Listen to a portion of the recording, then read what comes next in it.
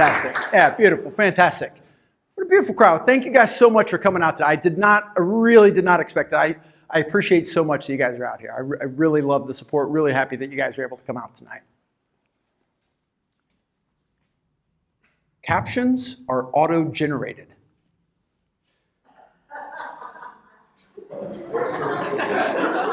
So I've been watching a lot of Netflix comedy specials, and I always watch with the subtitles on. And I've noticed that every single comedian that gets a Netflix special always starts their set with captions are auto-generated. It's the first joke they always say. I don't think it's that funny. I don't even get the joke, but I am a data science comedian, okay? So I start collecting that data. It's pretty easy to draw an inference there. You want a Netflix special, you got to start your set with captions are auto-generated. There you have it. That's my opener. It's odd. These comedians, they all purport to say that you're not supposed to steal other people's jokes. I don't know who the first guy who came up with that one is, but he's probably pretty upset about it. And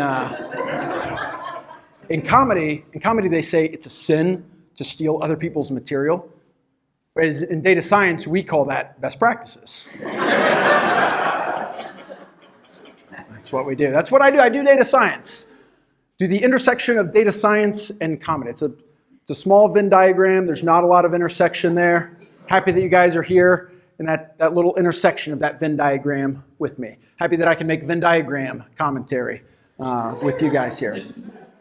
It was not always obvious to me I was going to get into data comedy. It's not my dream as a child because it's not a thing.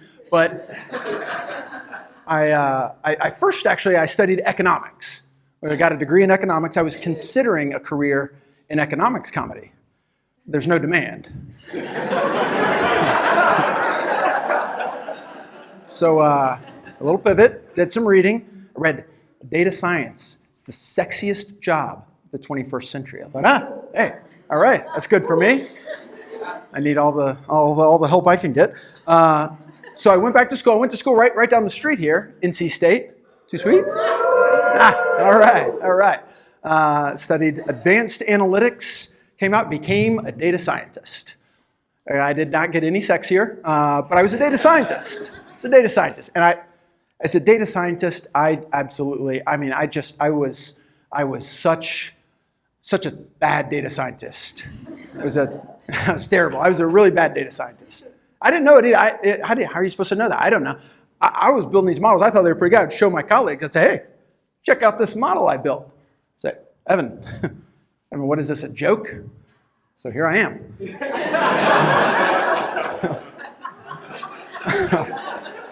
It wasn't all bad. It wasn't all bad. I mean, I was a bad data scientist, but I had one model. It was really good. One of the first models, actually. One of the first models I ever built ended up being really, really good. It wasn't the first model I ever built, because the first model I ever built was the same as the first model that all of you built. Who will survive the Titanic? Which, I don't know why so many people, the crash happened over 45 years ago, and sure, you'd think there's other important research topics to be studying, but I get it, it's important. We want to bring closure to the families, so I'm glad we're still working on it. But I didn't build a good model there. But my next model was a good one. It was a stock picking model. Picking stocks in the market, ups and downs, bears and bulls. My model was predicting a single stock. It would predict whether it would go up or down the next day. And the trend, what everybody wants to do is these huge, complicated models, fancy neural network architecture, 1,000 different features. Not me. Simple-minded man here. Simple model for a simple man. 3 features. That's all it took. 3 features. I built such a simple model, only 3 features, 90% accurate. 90% accurate, predicting whether a stock would be higher or lower the next day. Now, for those of you not in the market, maybe it's not clear, 90% accurate, that's like a money printing machine, okay? That is like a guaranteed winner, okay? And because you guys have laughed at a few of my jokes, I'll tell you what the 3 features are. All right? You don't even need a pen and paper to write them. It's just 3. Just 3. You just remember them. A monkey can remember 3 things. The first is the stock price yesterday. we're seeing a trend here. The second, the stock price today. And the third, the stock price tomorrow. That's all it took. That's all it took. With those three features, spent months building, fine-tuning, validating this model. I poured in my heart, all my data science acumen, all my statistical prowess into this model, and it is only forgetting 10% of tomorrow's stock prices. This one I was proud of. This one I went back to my colleague, said, hey, check out this model. He said, Evan, that's a leak from the future, which means I'm like way ahead of my time, like super advanced. Yeah, I was proud of him. That was a good one. That was good. I traded that model for a while. And now I'm a comedian. Data science stuff. I was a bad data scientist. I keep saying I was a bad data scientist. I'm gonna clue you in. I did not become a good data scientist. I didn't get better at data science. I'm actually was such a bad data scientist. I'm not a data scientist anymore. I was such a bad data scientist that I got promoted to director. It's rough. Data scientists, I feel like I'm making like very acute problems, very specific challenges for people. And now as a director, I'm just like chaos for everything that I come in contact with. I used to be a lightning strike, and now I'm a hurricane. And it's great. You want your work to have an impact. And I get a lot of feedback from a lot of folks. My work has an impact. They call and complain all the time. Yeah, so I feel good about that. I do want to defend the data science industry. Are there any engineers in the crowd? Data engineers, software engineers? Okay, one hand went up quickly. A bunch of reluctant, like, don't ask me any questions. I'm not gonna. Look, data scientists get a bad rap for having bad software engineering practices. Deploying notebooks, no documentation. Nobody who reads documentation. Look, I was a terrible data scientist. I got promoted straight to director. And that is straight out of the engineering best practices. That's an engineer playbook right there. Do not let this guy touch the code anymore. Get him up.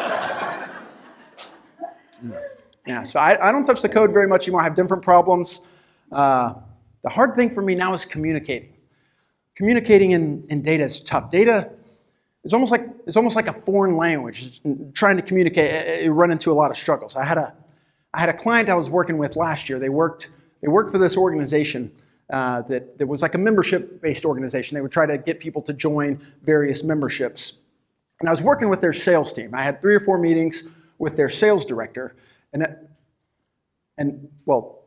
I was the dumbest data scientist, and I became the data science director. Can you just imagine how dumb a sales director must be? So I'm meeting with this guy. I'm meeting with this sales director. He calls me at the beginning of 4th quarter last year, says, Evan, we need help. I said, okay, data team is here to support. You let me know what can we do. So we're dying. Our sales are way down this year. We got 1 quarter. We really need to come alive. I said, okay, data team's here to support. What can we do? He says, Evan, we need new members. We need new joins. I said, joins? Okay. Okay. The data team can support that. We can get you joins. Now, I got to warn you, we're going to need SQL. He said, that's great. We've got SQL. You can use SQL and get us joins? Has anybody ever worked in sales before? Yes. SQL is a common acronym in sales. Stands for Sales Qualified Lead. It's somebody who's not a customer yet, but looks like they could become a customer. It's a good potential customer. And so he's super excited. Yeah, you can use our SQL to get us joins. That's fantastic. Yeah, okay, great. Hey, what do you need to join? You just tell me what you need to join. That threw him a little bit. It's join customers. Evan, join customers. So great, found your customers table right here. What do you want me to join it to? Join it to, just need to join customers. So great, well, it's a little tricky here. If we're joining customer, if we're doing a self-join, we have a chance we might duplicate customers. We might end up duplicating. It says, wait. The data team can use SQL to get us joins, and they will double customers? I said, yeah. absolute data team can absolutely support that. He was so excited. Never seen somebody so excited in a meeting. So data team hopped to it. A week later, we broke all their production databases. All their sales reporting was ruined. We actually double billed all of their customers. Yeah. I didn't get new customers. We're actually churning a lot of the customers that they already had. Yeah, the sales director calls up. He's furious. He's fuming. He's screaming at us. I said, I did exactly what you told me. He said, this is not right. This is not good. We need our sales numbers to go up. You're losing us customers. I said, let me explain to you a little something about SQL. Because you see, when I became direct, I realized that the best way to resolve the tremendous problems that I myself caused is to be really condescending. So I was going after him. I was talking to him like a kindergartner, telling him what SQL was. He said, you and your whole company are fired. Don't come back anymore. No, don't come to any more sales meetings. I said, that's a left outer join.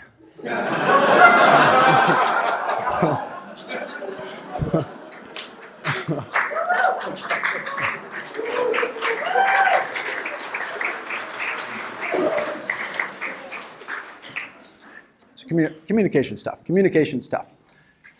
At first, you might want to think that communication stuff everywhere. It's not just data; it's everywhere. But my last job, communication was straightforward, was super direct. And my last job, I used to be I feel like I don't need to say it. I'm basically like a walking stereotype of this job. I'm sure you all know exactly what it was. Obviously, I was a Marine. I was in the Marine Corps. Very common transition, Marine to comedian. But I was in the Marine. Don't worry. I see some frumpled faces. Don't worry. They were actual, real Marines, like tip of the spear, trying to take. I was a finance Marine. Okay, I was the tip of the calculator. They did not issue me a rifle. I was issued an Excel spreadsheet. That's it. So, but as a Marine, communication was very straightforward, very direct. We were very SQL adjacent, structured query language. I mean, that's perfect for us because we get selected and you have to join. You're oftentimes grouped by. You're always ordered by. Depending on your rank. A lot of SQL overlap in the Marine Corps. A lot of SQL overlap. I thought I was going to make a career out of it. I did 4 years in the Marine Corps, and it just got a little too heavy for me. I watched the war movies growing up. I read Catch-22 a bunch of times. I thought there was just one part of being a Marine that was just a little too much for me, and it's all the haircuts. It's all the hair. The haircuts are tough. It's every week. It's every week a new haircut. It's tough. It's can you imagine go to the dentist every week and the drill? It's the same thing, but it's on the side of your head. Just it's up. Not every Marine has to get a haircut every week. There's the special operations guys. They can grow their hair out and look more like this. But if you take a variable, you pick a variable. You take any variable you want, and you plot the Marines on that variable. You get a nice distribution. And on this tail of the distribution over here are the special operations guys. Yeah, and actually the other tail over here. This tail is the finance Marines. That's the haircut side of the distribution over there. I was on that side. So I spent 4 years. I learned a lot of great life lessons, a lot of great people that I met in the Marine, real heroes that I met in my own professional idol I met in the Marine Corps. He's sort of like a black sheep Marine like me. He wasn't in finance, he was in IT. He served as the IT help desk. And we worked together for this group. It was about 3,000 Marines. He was the only one that was the IT help desk. And these 3,000 Marines, they're calling up, and when they have IT issues, any kind of technology issue, they're calling him. And we're talking all kinds of things that can break. We've got communications equipment, we've got networking, we've got computers, we've got radios, there's weapon systems, aircrafts. They all call him, and he always knows exactly what to say. I was just so impressed with this guy. He just knew exactly what to say. And exactly what to say was, well, turn it off and turn it back on. This guy, I shared an office with this guy for 2 years. I listened to him take 1,000 phone calls. That's the only thing the guy ever said. He's retired. He's collecting a retirement paycheck from the Marine Corps. He never has to work again, and that's the only thing he ever had to learn in his entire career was turn it off and turn it back on. I mean, how could you not idolize a guy like that? It's incredible. I'm eyes wide open. I'm looking for the turn it off, turn it on of data science. I would just love to write out my career knowing only one sentence. I thought I had it. I thought I had it for a while.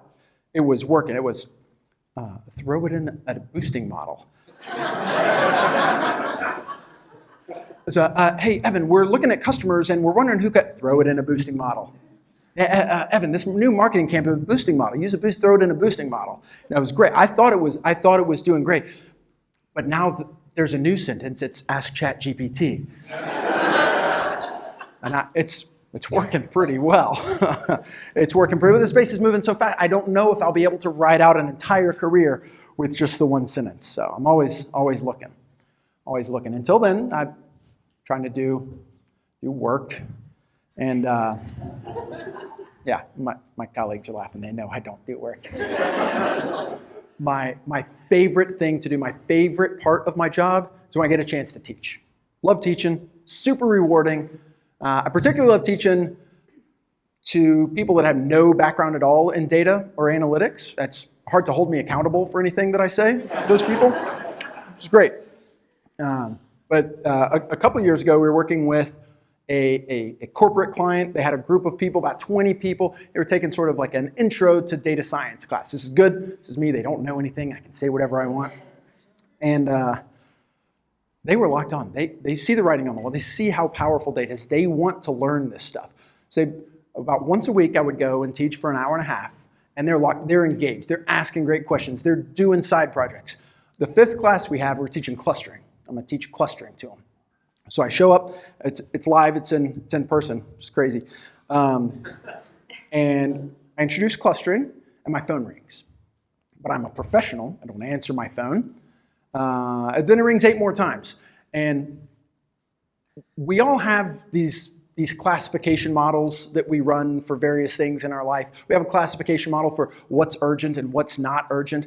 I feel like I got a pretty high threshold for my what's urgent classifier. My wife calls 9 times in 90 seconds. Okay, we've breached the threshold. This is now urgent. I call my wife back. She's hysterical. She's super upset. Our kid got in trouble at school that day. She didn't know what to do. Her kid has never gotten in trouble before.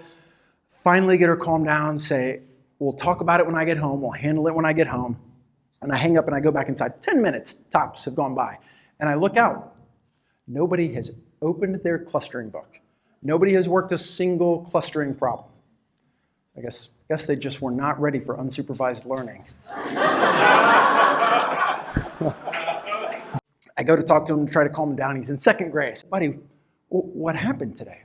He said, well, Dad, I got in trouble because I didn't do my homework. He said, Dad, I had to write 5 sentences in cursive, and I don't know how to write in cursive.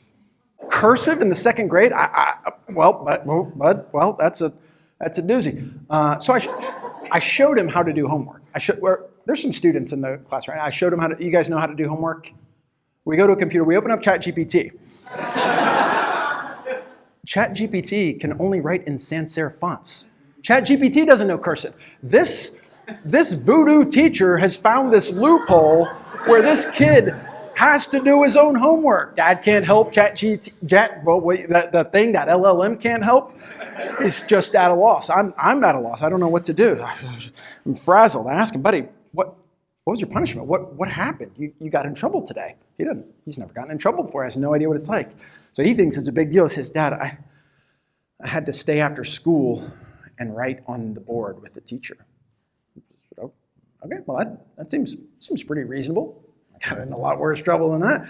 He said, Dad, I don't know how to write in cursive. What was I supposed to do?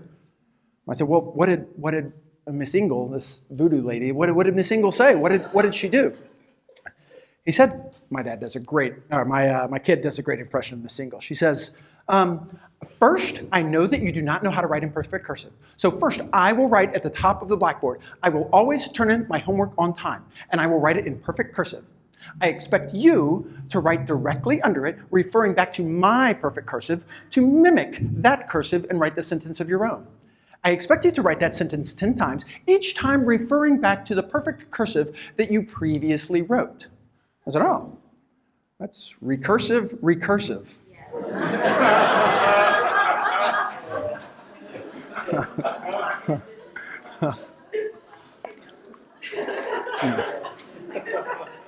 You guys are great. You know the general population doesn't really get that joke? Did you know that? You guys are on the tail of some distribution. That's good. You're doing all right. I'm on the tail of all the distributions, I think. Teaching is a blast. I think I enjoy teaching so much because I enjoyed school so much. I enjoyed being a student. I loved being a student. I got in trouble a lot more than my kid.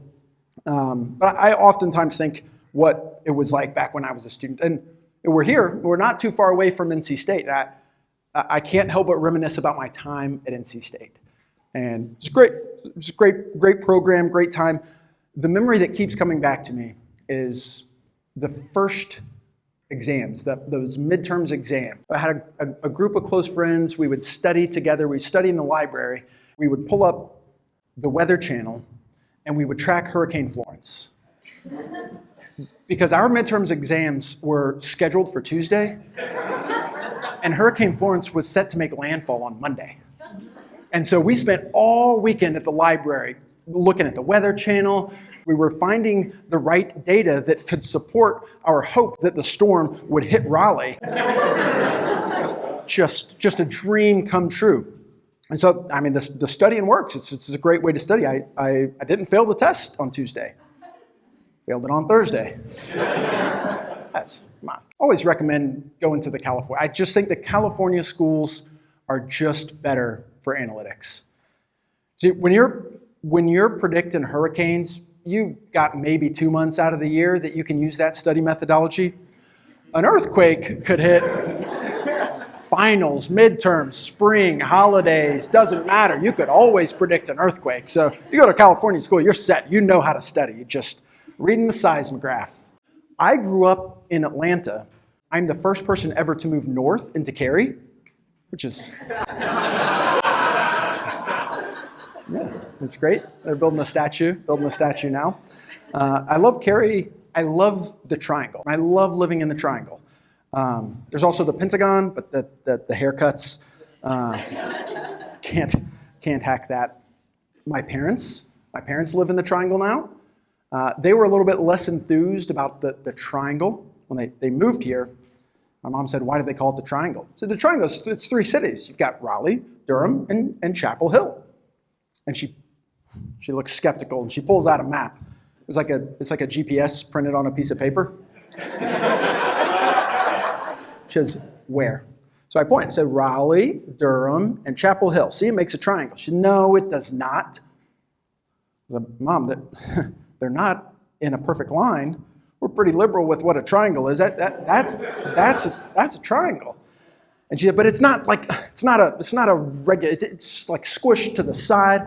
I said, let me tell you a little something about triangles. And felt like the sales director all over again. Although my mom makes a better argument. The sales director told me that, oh, I taught you everything you know about sales, but my mom really did teach me all about triangles. So maybe she's got a point. She's got a point there. I wanted to know if there are other cities that are named, or maybe not cities, but metro areas that are named after basic geometry concepts. I asked ChatGPT, actually. ChatGPT told me, yeah, there's the triangle, there's the Pentagon, and there's quadrilatero. It's a region in Italy. This is the most market research I've done on knowing if quadrilatero is actually a place. So I appreciate the uhs from the crowd. Triangle's great. Love living here. You got the beach, you got the mountains nearby. Mountains in wintertime is great. You can ski on the mountains. A lot of people don't know that because of how terrible it is here, but you can ski. Data scientists are actually really good skiers. We We do gradient descent all day. We just, okay, fine, you go do it on the mountain. You just hope it doesn't end in a crash. The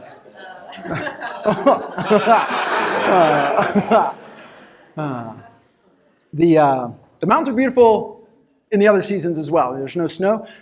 I love going to the mountains, a little getaway. I like to go fishing. I'm not an avid fisherman. I'm not a very good fisherman. But I love going out to the mountains, fishing the streams out there. I had a great trip last summer. I went in the middle of summer. It's much more mild out in the mountains. Mountains are that way. Towards Quadrilatero. It was sort of a celebration fishing trip. It was me and three buddies. The four of us had been working on this time series model. It was a real tough time series model. We finally built something that was okay. We delivered it. We wanted to celebrate. So the four of us, we decided to go on a fishing trip. We were four casters.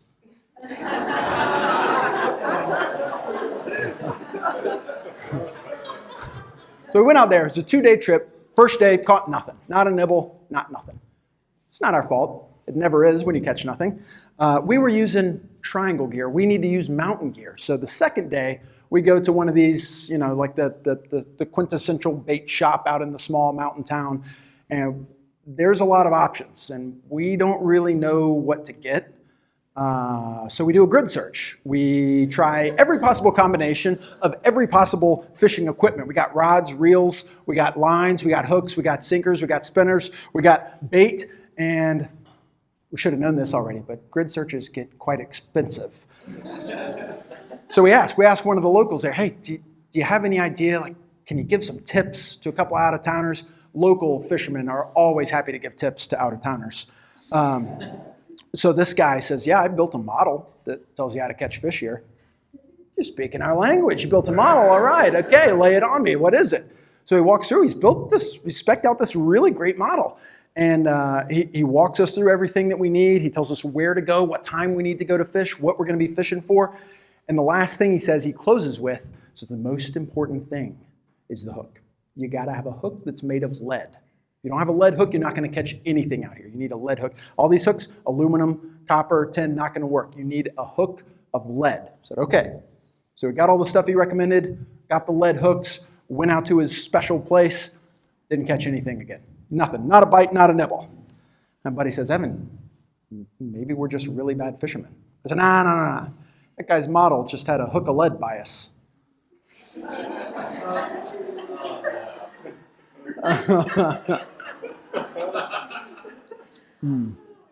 The person sitting next to you can explain it later.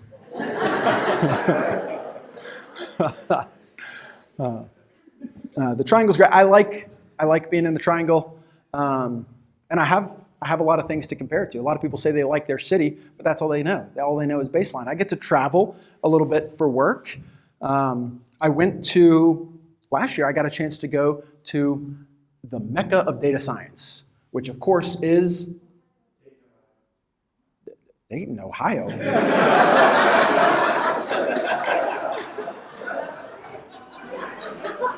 Oh, okay, very well.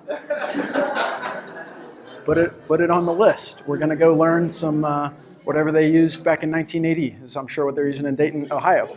No, the Mecca of data science, of course, is Las Vegas. No, it's not, of course. But it is the Mecca of cheesy corporate conferences. And so that's why I went to Las Vegas. There's a machine learning conference. Went to Vegas. It's a great opportunity. Love it. I went out a day early, do a little gambling, get good and drunk. And the next morning, I woke up and I did not feel well. And I did not want to go to a machine learning conference. The last thing I wanted to do was go to a machine learning conference. I wanted to stay exactly where I belonged, which was laying in my hotel room on the bathroom floor. But I knew, see, I think ahead. I'm a preparer, I think ahead. I knew when I get back to the office, they're gonna ask me, Evan, what did you learn at the conference? So as I'm laying there, huddled around the toilet, I'm trying to think about what I can say that I learned at this conference that I have no intention of attending. And so the ideas just start coming in. I learned about a new Bayesian transformer architecture that uses auto-regressive genetic algorithms for validating the cross-sectional rate of change. And as I spew this nonsense, I realize I'm kind of like ChatGPT. Now look, I don't know the answer to your question, but I do know a lot of words that are associated with this, and I can throw them all at you and hope that you don't follow up with any other questions. Yeah, it was great. It was great. It was a real epiphany. And this may seem unbelievable, but I had another epiphany. Same hangover, 2 epiphanies. That's the most productive hangover. Well, that's the original hangover grossed $500 million. That's the most productive, but my 2 epiphany hangover was better than hangover 2 or 3. So it was pretty good. My second hangover, one hangover, just same one, it just lasted a long time. My second epiphany, I was getting introspective. I was looking at my reflection in the toilet bowl, and I thought to myself, this feeling that I'm feeling right now, this full body ache and nausea, this is exactly how an overfit model feels the first time it looks at validation data. The night before was training the model. That was the training data. That first drink that I ordered at the bar, that was adding the first feature to the model. It's like, okay, let's feel that loss function start to go down a little bit. That feels pretty good. I kind of like that, all right? And what does it do when you start to see the loss function go down? What do you want to do? You want to add more features to the model. So I added some more features and some more. And by the end of the night, I don't even care what the features are. Any feature I have access to, just add it to the model, just pouring it in. And on the very best nights, you can get your training loss all the way to 0. And those are good nights. Those are feeling good. And then, of course, you've trained your model. Now it's Y test, Y Preds score model. And that run is your alarm clock going off. Oh, and it's just immediate. It hits you immediately. You know the feeling. It's terrible. It's worse than baseline, way worse than baseline. It doesn't matter how bad you feel, what kind of aches and pains, how important of a model this was, or how important of a conference this was for you to attend. The first thing you want to do when you see this awful, awful score, you want to scroll back up in the old Jupyter notebook. What was I thinking? So you scroll back up in your phone, you're looking at pictures from the night before. So, oh my gosh, and it's regret. It's, why did I do that? What was I thinking? That's not me. Oh, I'm so embarrassed. My friends are gonna see this. My colleagues are gonna see this model that I've trained. Look at it. I added string date as a categorical predictor. Oh my gosh. Oh my gosh. Oh, it's so embarrassing. But you want to look through all the pictures. You want to scroll back through the entire notebook and just see how awful it feels. Machine learning is good. We've got a way to try to avoid overfit. We can try to regularize our models. Got a lot of different, depending on the model type, you got a lot of different ways. I've tried to make it a point to try to regularize myself a little bit from now on. I was at the bar and I had a few features already. I decided, I think I'll have a water. I'll order a water. I think I'll increase my dropout. I ordered some greasy fries. I said, okay, hey, perfect, some greasy fries. I think I'm gonna trim these trees a little bit. Yeah. All right, prune the trees. That's good. We can regularize ourselves as well. I did not that night in Vegas. I got good and drunk. But it wasn't my fault, as it usually isn't. I was going down to the hotel bar for one drink. That's all I was going to have, is just one drink. Okay, one drink. That's not getting overfit. That's a well-specified model right there. But it's a machine learning conference. And so I'm enjoying my one drink, and you're not going to believe who walks into the bar. Walks into the bar. Machine learning, I was just blown away, like my jaw dropped to the ground.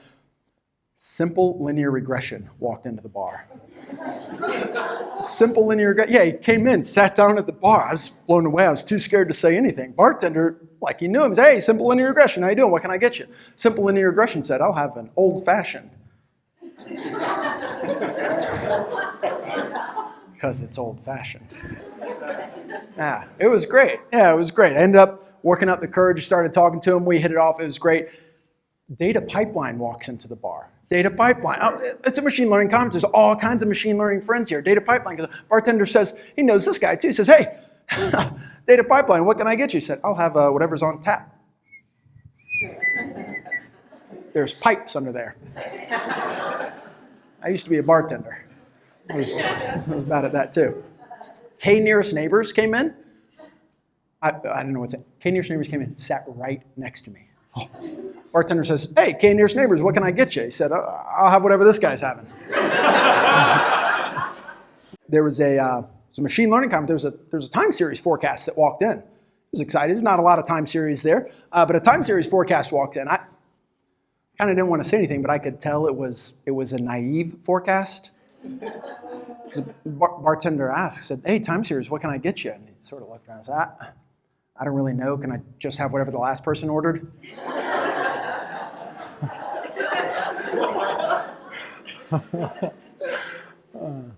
Y'all should try more naive models. It's a good baseline to work with. Recommendation engine came in, sat down, people started asking him what to order. It was great. I got curious because I wondered how the bartender knows all these. The bartender, he's not a data science person. He's just a local here in Vegas.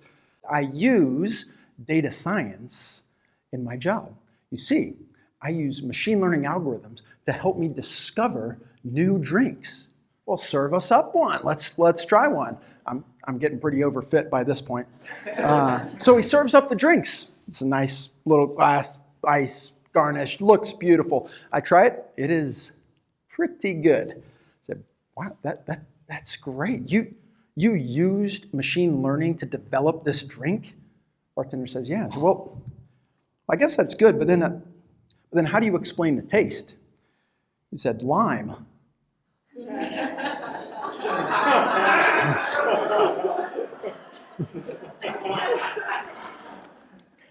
It was a good drink. It was a great drink. We had run off all of the Las Vegas locals. At this point, it was just machine learning folks here now. L1 distance, more of a mathematical concept than a machine learning friend. Not sure he's even welcome around these parts. He comes into the bar. I don't even know if the bartender is going to serve him. But he comes in, he sits down, he seems okay. Bartender says, L1 distance, what can I get you? He says, I'll have a Manhattan. That's my smartest one. That's the smartest one I got. L1 distance, Manhattan distance. You probably want to check a non-ChatGPT reference if L1 distance is actually the same as Manhattan distance. I'm not sure. I was a terrible data scientist.